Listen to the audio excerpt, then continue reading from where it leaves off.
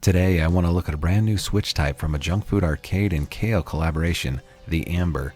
I'm going to give you some history on the development, some context as to why this switch was created, and then I'm going to replace some dark yellows in a Micro XL with these new ambers to try them out firsthand.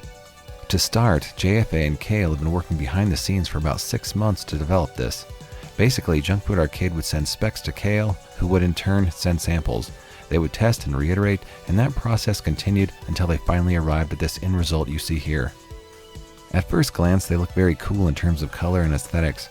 The orange and white vibe is part of Junk Food branding, so you can tell they leaned into those colors here.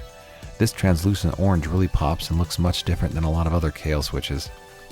But you're not going to use these because they look nice, so let's look at their function. There are tons of different switches on the market, and I've showcased several different types in the past, but these amber switches came about in order to fill a need.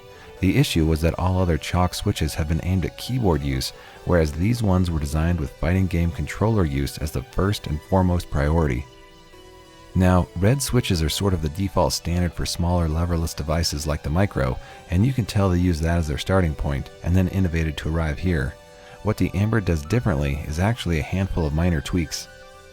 Notably, there is a slight reduction in spring rate, the stabilizer bar has been removed and they are fully lubed straight from the factory, and then perhaps most importantly, there is a large reduction in the actuation time, and they accomplish all of this without changing the underlying switch architecture. Here's a quick sound check.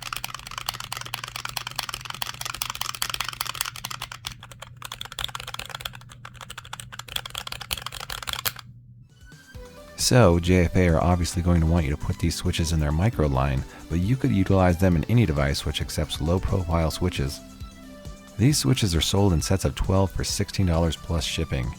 Now, that's a bit more than typical switches, but these are currently new and exclusive to JFA. I think they will appeal to people who already like the stock reds, but want something with a reduction in actuation time without making them feel overly loose.